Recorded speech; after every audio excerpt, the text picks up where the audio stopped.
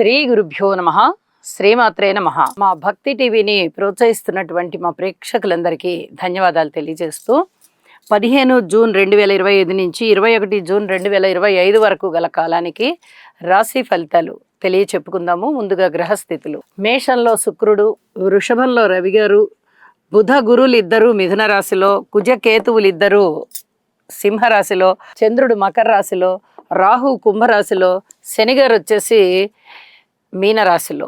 గ్రహస్థితులు ఇలా ఉంటూ ఉండగా వారాంతానికి వెళ్ళేటప్పటికీ చంద్రుని యొక్క స్థితి మేషరాశిలో శుక్రాచార్యుల వారితో కలిసి సంచారం చేస్తూ ఉన్నది.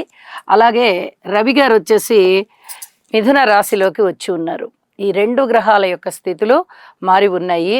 ఇక సంయోగాల ఫలితాలు: బుధ గురుల యొక్క స్థితి చాలా అద్భుతమైన స్థితి. మంచి మేధావితనాన్ని చూపిస్తుంది, చక్కటి తెలివితేటలు, కార్యనిర్వహణ సామర్థ్యము, అలాగే విద్య పట్ల మంచి అవగాహన, ప్రవర్తన చాలా బాగుండడము, నీతి నియమాలు, వ్యాపార వ్యవహార రంగాలలో ఉన్న వారికి చాలా అద్భుతమైనటువంటి మెయింటెనెన్స్ అంటాం కదా, అలాంటి మంచి స్థితి ఉండే విధంగా ఉన్నది. ఇక కుజకేతువుల యొక్క స్థితి ఆధ్యాత్మిక చింతనని చూపిస్తూ సర్పదోషాన్ని కూడా సూచిస్తూ ఉన్నది. ఎందువల్ల అంటే కుజుని యొక్క దృష్టి రాహు మీద ప్రసరిస్తూ ఉంది, దాని రిఫ్లెక్షన్ కేతువు మీద కూడా పడుతూ ఉంది. ఇది సాధారణమైన ఇబ్బందుల్ని సూచిస్తూ ఉంటుంది, సర్పదోషం. అలాగే కుజుని యొక్క 8వ దృష్టి శనిగారి మీద పడుతూ కొన్ని రకాలైనటువంటి రోడ్డు ప్రమాదాలు, హృద్రోగాలు, అలాగే మానసిక వేదన, అలాగే ఈ రక్తస్రావాలు, కంతులు, వ్రణాలు, ఇలాంటి వాటి మీద ప్రభావాన్ని చూపిస్తూ ఉంటుంది. అలాగే ఆపరేషన్స్ జరగడానికి కూడా అవకాశాలు ఉంటాయి. ఎవరి జన్మజాతకంలో అయితే మళ్ళీ ఇలాంటి గ్రహ దృష్టులు ఉంటాయో వారికి కొంత ఇబ్బందికరమైనటువంటి పరిస్థితి కనిపిస్తోంది. ఇక శనిగారి యొక్క దృష్టి 3వ దృష్టి రవి మీద పడుతూ ఆర్థికపరమైనటువంటి చికాకులు, ఆరోగ్యపరమైనటువంటి చికాకులు కనిపిస్తూ ఉన్నాయి. అలాగే గురువు గారి యొక్క 9వ దృష్టి రాహు మీద పడుతూ పితృవర్గరీత్యా చిన్నపాటి ఇబ్బందుల్ని తొలగించే విధంగానూ ఉన్నది. అలాగే ఆధ్యాత్మిక చింతనలో కొంత వ్యతిరేక భావాలు వచ్చేటట్టుగా, నాస్తిక భావాలు వచ్చేటట్టుగా కూడా ఈ రాహు మీద దృష్టి అనేది గురువుగారికి ఫలితం చూపిస్తూ ఉన్నది. వీటన్నిటికీ కూడా కుజ, రాహు, కేతు, శని గ్రహాల యొక్క స్తోత్రపారాయణాలు చేసుకోవడం చాలా చాలా మంచిది.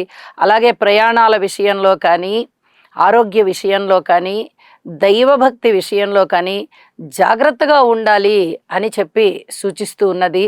ఎక్కువగా ఆలోచించకుండా తక్కువగా ఆలోచిస్తూ పరిహారాల మీద దృష్టి పెట్టి భగవంతుని మీద ఆ స్తోత్రపారాయణాలు చేసుకోవడం మీద దృష్టి పెట్టండి, ఇంకా మిగతావన్నీ బాగుంటాయి అని చెప్పి తెలియజేస్తూ ఇప్పుడు మనము రాశి వివరాలలోకి వెళ్దాం. కర్కాటక రాశి వారికి గ్రహాల యొక్క స్థితులు ఎంత బాగున్నాయి అంటే 7వ స్థానంలో చంద్రుడు బాగున్నారు, అలాగే 10వ స్థానంలో శుక్రాచార్యుల వారు బాగున్నారు, ఏకాదశంలో రవి గారు బాగున్నారు.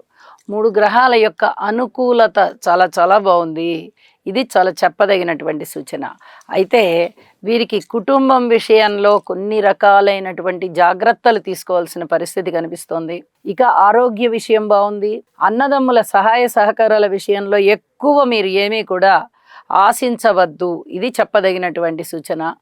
అలాగే పిత్రార్జితం విషయంలో, అలాగే మాతృ సంబంధమైనటువంటి సహాయ సహకారాల విషయంలో మీరు అనుకున్న పనులు అనుకున్నట్లుగా జరుగుతాయి. కోరుకున్న జీవితం ఉంటుంది వారి ద్వారా మీకు.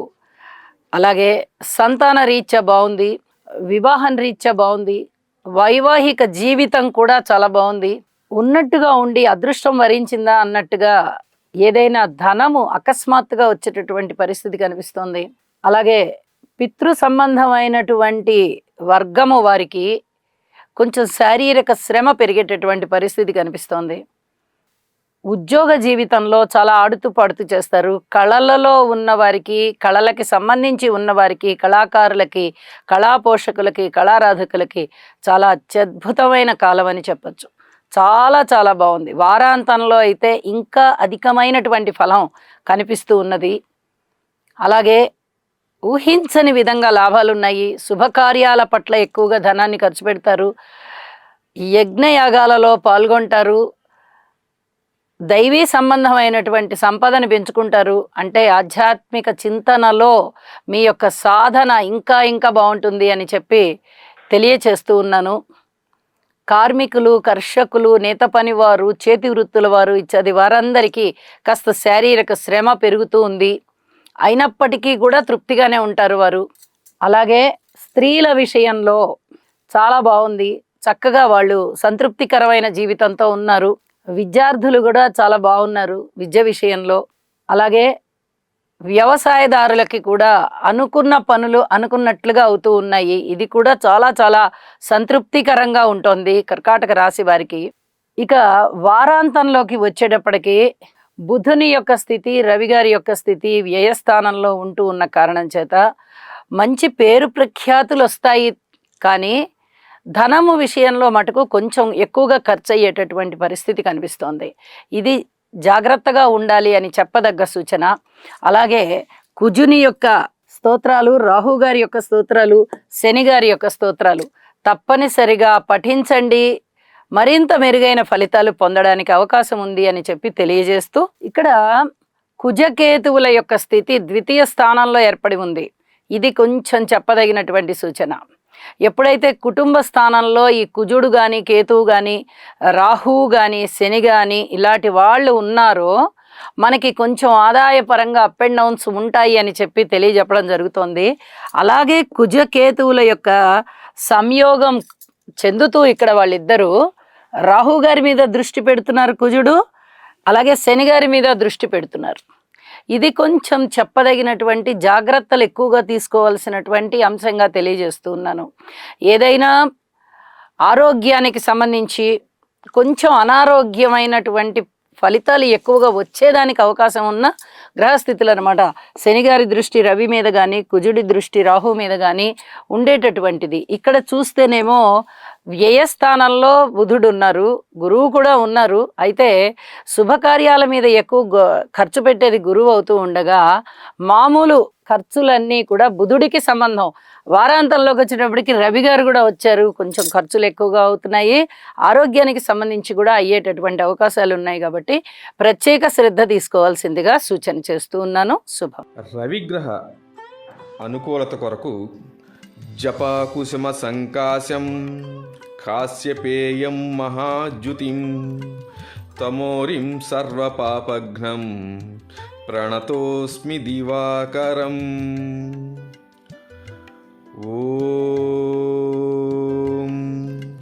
హ్రాం హ్రీం